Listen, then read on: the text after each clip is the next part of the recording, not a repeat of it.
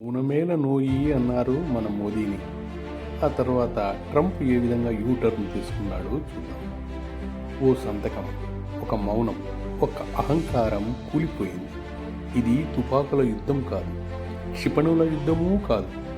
ఇది మౌనం వర్సెస్ అహంకారం మధ్య జరిగిన అసలైన geo political mind game.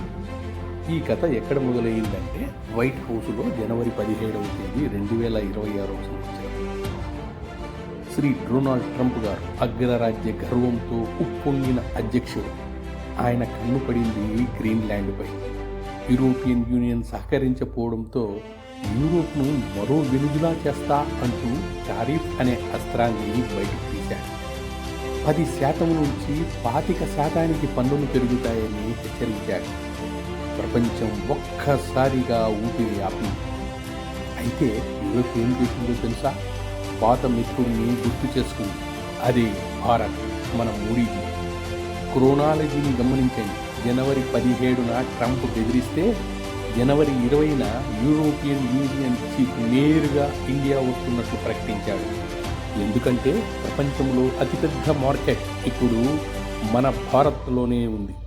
Trump విసిరిన వలకు భారత్ తన తలుపులు తెరిచి చెక్ పెట్టేసింది.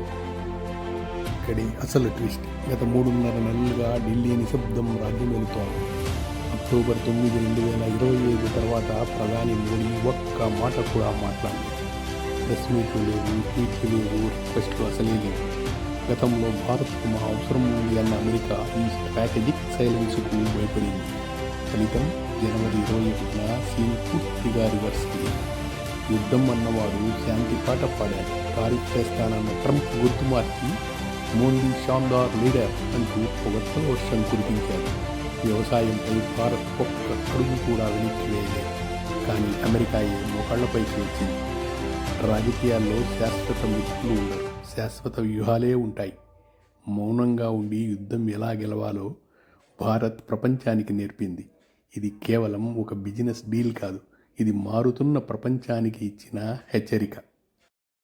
గుర్తుంచుకోండి, పులి వేట కోసం 4 అడుగులు వెనక్కి వేసిందంటే అది వెనుకకు తగ్గినట్లు కాదు, దూకుడు మరింత బలంగా ఉండేందుకు తీసుకున్న సిద్ధత మాత్రమే. జై భారత్, జై